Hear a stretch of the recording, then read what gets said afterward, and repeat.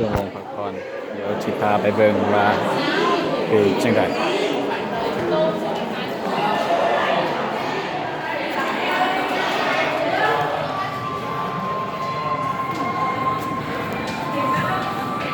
ชมวิวจาก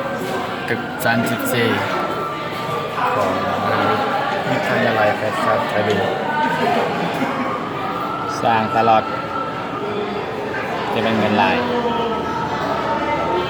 กี่ว่านักเก่งจากกัมพูชีลีโอซิงซอยนักกัมพูชีxin chào Kim Phong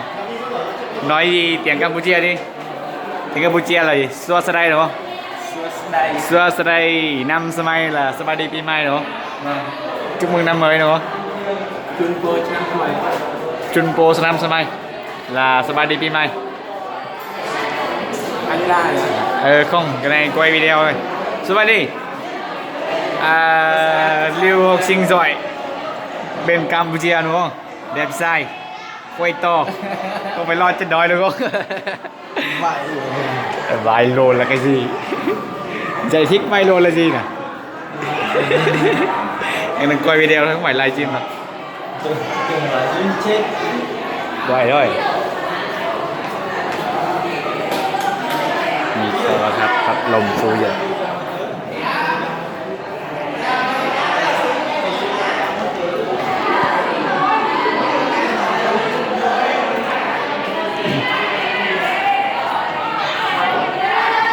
ไอ้ยัง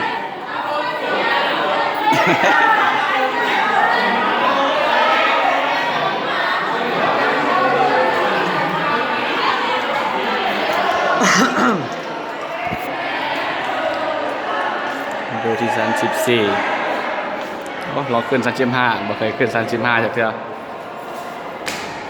อาจจะยากเอาเนาะแล้วมันขึ้นมาเราจะลงไปชั้น1เราจะขี่ลิฟต์ขึ้นมาอันนี้ถ่ายสดๆบ่ได้ตัดต่อเพราะว่าเป็นคลิปทมิตตอนเริ่มต้นที่จะเฮ็ดช่องchannel YouTube จะลองเฮ็ดเบิ่งว่าจะเป็นยังไง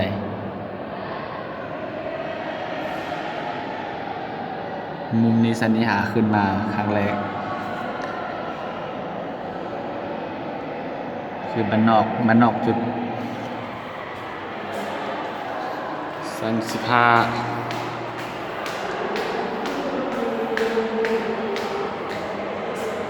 เติงไม่ลำ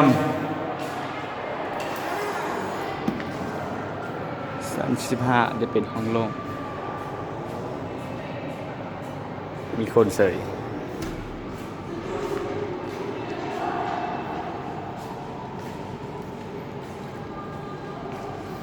จะลองมาชมวิว35ของไดฮอกอีเซียไทวิงขึ้นมาครั้งแรกบนนี้สันนี้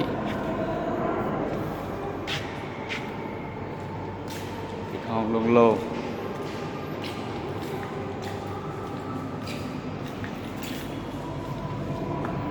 จะลองพาชมจากทางซีงม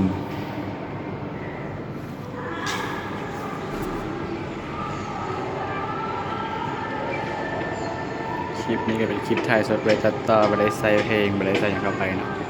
ก็เป็นคลิปเริ่มต้นที่จะเริ่มเฮ็ดชิลองเฮ็ดเบิ่งว่าสิเป็นจังไดยูทูบเบอร์นี่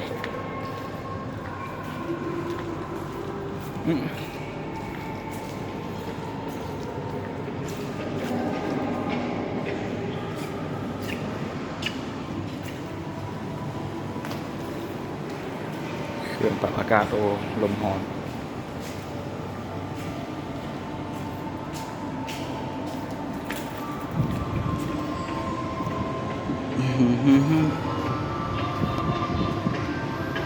พวกรุ่นอาหลายคนที่เรียนจบอยู่นี่ไปแล้วไปเรียนต่ออยู่ที่ฮานอยฮะนะเสียใจด้วยที่ไม่ได้ขึ้นมาเบิ่งจุดนี้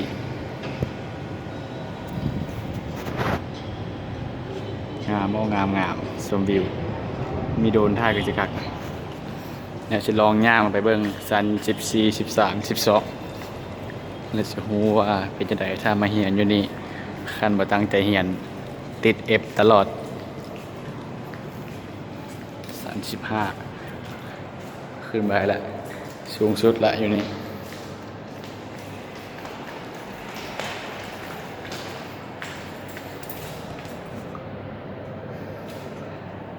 เลาะทายในเวลาพักเฮียนพักชั่วโมง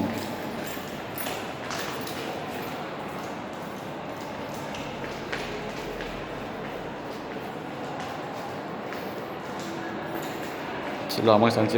23ว่าจะมีกล้องบ่เพราะว่าแต่ละกล้องแต่ละห้องติดกล้องไว้จับนักเรียนไกลเจาะไกลเจีย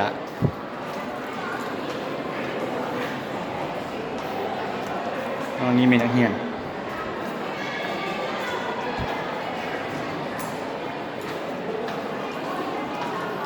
ตอนนี้ก็มีนักเรียนเข้าไปท้ายห้องบ่ได้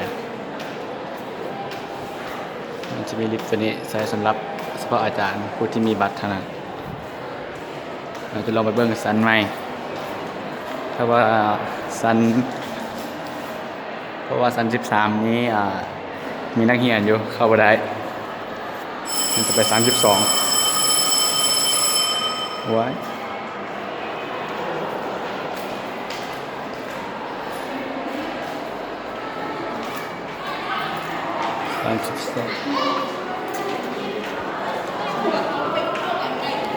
ตอนเด็กก็มีคนเหียนพอดีห้องนี้ว่างเข้าไปได้โอเคมีกล้องทุกห้องกับกล้องวงจรปิดเข้าได้บ่ห้องนี้เข้าได้มันจะมีกล้องจับผู้ใดที่คิดจีมาเฮียนอยู่นี่อย่าคิดว่าถ้าบ่ตั้งใจเฮียนแล้วสิจบเข้าไปได้กลายปุ๊บเฮียนคืนปั๊บ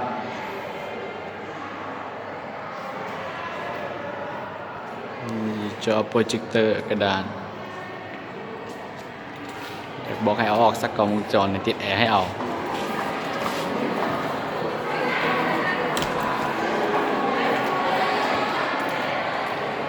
ลิฟต์เราจะกลับขึ้นไปแล้วเพราะว่าฮอดเวลาเข้าห้องแล้ว12 13 14เราขึ้นไป2ชั้น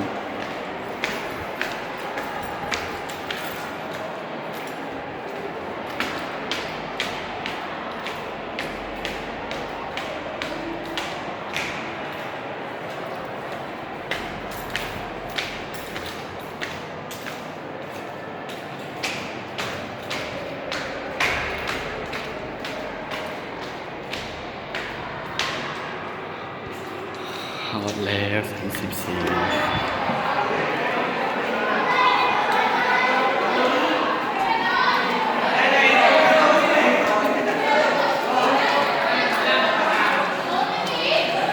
ฮัลโหล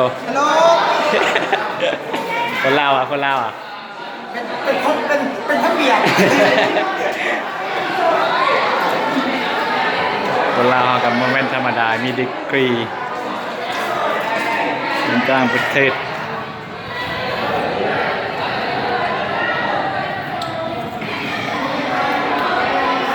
ก็ฮะ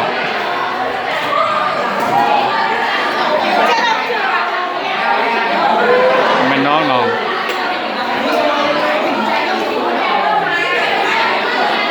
มีจอทีวีในจักรนี้โบลักมาใส่ห้องกันครับ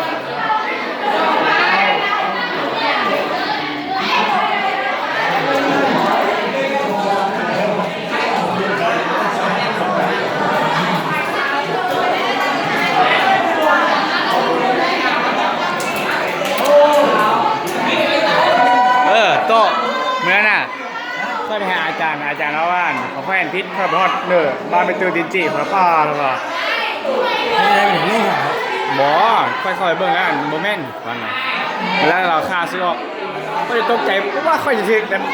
ยังไงบอกคุณสู้ตกใจยังไง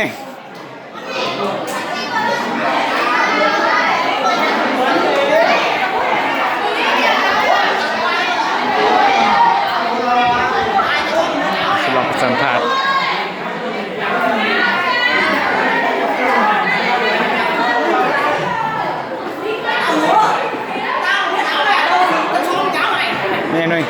13เหรอ มันติดเอาแค่นี้ติดเฉย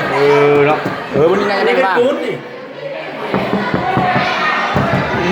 ไม่เป็นบ้านเป็นบ้านเสาไหมเนาะเดี๋ยวท่าน Phải sắm cải má chở. Anh ăn cái gì đấy? กุลก เจอเกมซอยกดวิดีโอด้วยกดวิดีโอเดี๋ยวเวลามคลิปเฮียงคือน้อยเสียงกล้ามแทมชินเจ้าอะไรอยู่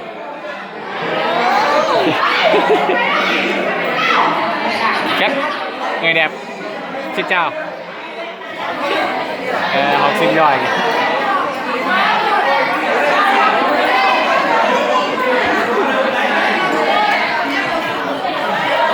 ô lang lên kìm rồi anh đang lên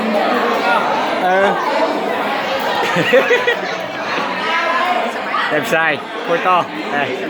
tết thôi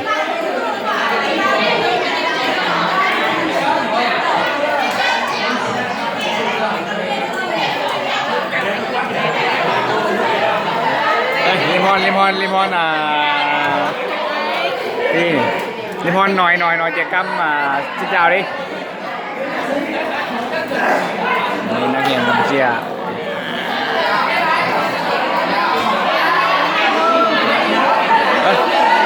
Campuchia là cái Campuchia là tiếng Anh là Cambodia đúng không? Cambodia đúng không? Còn Khmer là gì? Khmer có phải Campuchia không? Khmer Khmer có là Campuchia à?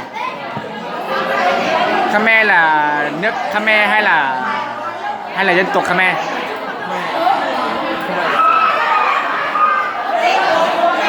Tôi kết tôi kết chứ sao? Không biết.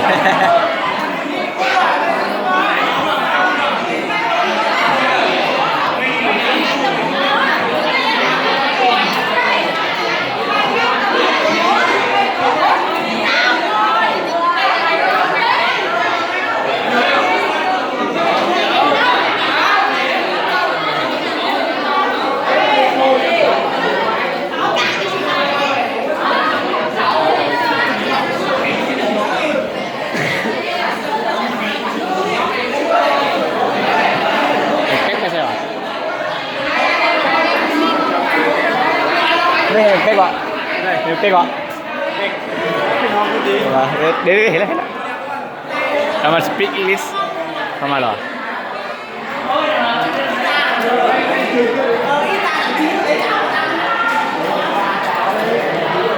Tek cứ to. Hai mày hỏi tí.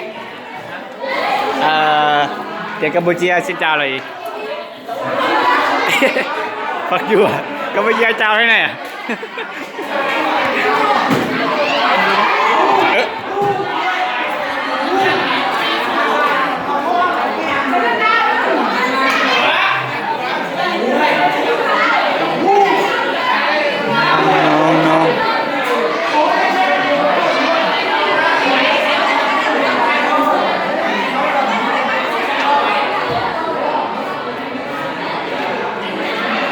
Vito